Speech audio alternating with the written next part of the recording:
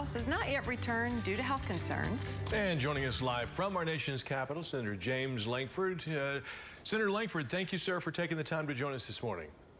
You bet. Good to see you this morning. First off, let's talk about the possibility of a second stimulus package. Is that in the works right now? It is in discussion right now, but what that would be is unsettled. There is some rumor out there that it's going to be another $2 trillion package. That's not the goal. The goal is to be able to find the areas that were missed from the previous package and to be able to do what we can, because the situation has changed from 2 months ago. That previous package passed at the end of March. So a lot has changed in our economy. A lot has changed based on the need during that time period. Senator Lankford, considering Oklahoma is starting to kind of reopen, there's other states like California that plan to stay closed for a little while. Is there a way to regulate where the additional stimulus money will go? For example, I live next door to people that own a small business, and they are not working and having any income right now. But in my household, we're both still working. Would that be too big of an undertaking, or is there any way that we can get it to the people who need it the most?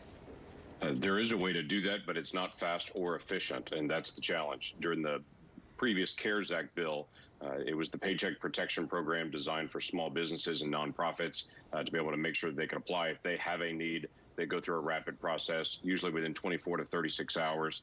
They get 8 weeks of payroll to be able to cover their business, all their employees, be able to make sure they get help. Unemployment insurance, we can see the shift in that. We made the smallest change in unemployment insurance to be able to extend it, add additional dollars. It took weeks and weeks for Oklahoma to be able to get that up in the system.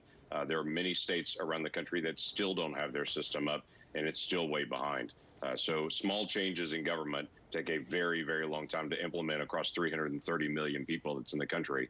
So the main goal is to be able to have as much local control as you have states have authority to be able to make decisions. The state dollars that have been given have a tremendous amount of flexibility. And so finding ways to be able to do that, to be able to get the decision makers as close to the people affected as possible.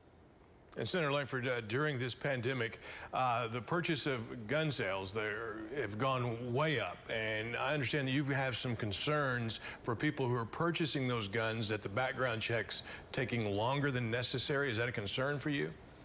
It is a concern, only because I don't want this to be used as an excuse for the NICS program to say, hey, we've got too many people, and so we're just going to slow down, or we're going to stop in the process.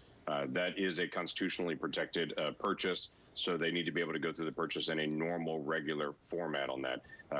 I'm just making sure there aren't additional delays. It is interesting, the different products that have increased in sales during this time period, as we've seen a dramatic increase in medical marijuana purchases during this time period, an increase in firearms purchases, increase in alcohol purchases. So it's interesting to be able to see what that has looked like. For legal purchases, we're just trying to be able to make sure that each of them are handled appropriately. All right, Senator Lankford, quickly in terms of the opening of so many states, and Oklahoma opening despite the number of COVID-19 cases going up, what are your thoughts? Should we wait on the reopening? Should phase 2 be put on kind of a standby? So the governor will be the one to be able to make the decision specifically for our state and for every state on what the process is for reopening in that state based on the data. And again, the governor's going to look at what's happening with the test results, what's happening with new cases. Remember that with COVID-19 and with this particular virus, when you talk about closing down and isolating from each other, you're trying to protect each other through the process to be able to slow it down, to allow the medical folks to be able to catch up for treatment. We're literally holding it down as much as we can right now until we can get more options for how we can take care of this and people can learn more about it. But you can't hold it down forever. We've got to be able to figure out how to be able to manage this. And what we're trying to do now is delay it. All right, Senator Lankford, thank you, sir, for your time. We appreciate it. I know you're quite busy. Well, thank you. It's good to be able to visit with you again.